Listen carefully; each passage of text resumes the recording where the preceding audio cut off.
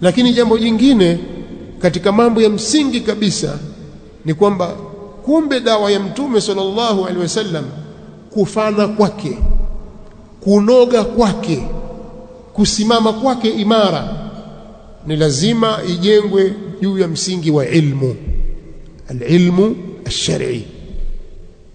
Kwa dawa hii haipelekwi kiujinga. Moja katika agenda zake kubwa kabisa ni elimu. Inatoa nafasi kubwa katika uenezaji wa ilmu ya dini ya Allah subhanahu wa ta'ala, na kuipa kipaumbele, kwa sababu ndio da'wa ya Mtume sallallahu alaihi wasallam, na kwa elimu ndio upatikana uhai wa Uislamu.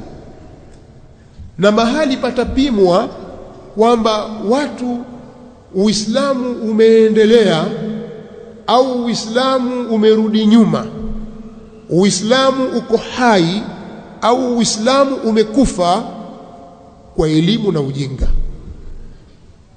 Ikiwa jamii hiyo imegubikwa na ujinga, hata kama ikiwa wanaonekana wako wengi, wana vipato, wana hiki, wana kile, lakini ujinga ndio umewafunika, hapo Uislamu umekufa. Na mahali ambapo elimu imetawala, basi hapo Uislamu uko hai.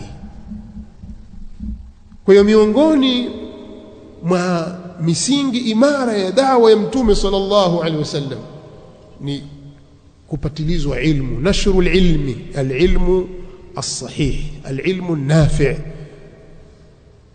Haya ndio tunayapata katika aya hii. Mengi hapo nimesema, lakini nimesema nitagusia mambo matatu.